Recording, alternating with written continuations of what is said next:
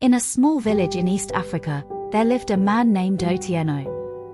Known for his sharp wit and strength, he was respected in the community but feared in his household.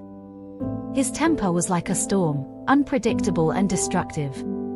Otieno's wife, Aching, was a kind-hearted woman who always sought to maintain peace, while their two children, Juma and Nyasha, were bright and curious, often caught in the crossfire of their father's anger. Whenever a minor disagreement arose, Otieno's rage would explode. He would shout, break things, and hurl harsh words at Aching, blaming her for every little inconvenience.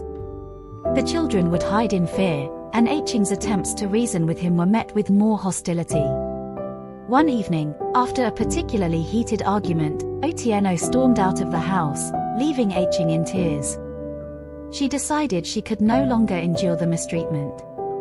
The next morning, she packed her belongings, took Juma and Nyasha by the hand, and left. Aching found refuge in a neighboring village, where she was welcomed warmly by the people. Among them was a kind man from the Luo tribe named Omondi. He offered her shelter and eventually asked for her hand in marriage. Unlike Otieno, Omondi treated Aching with respect and kindness, embracing her children as his own. Meanwhile, Otieno returned home to an empty house. At first, he was defiant, believing Aching would come back.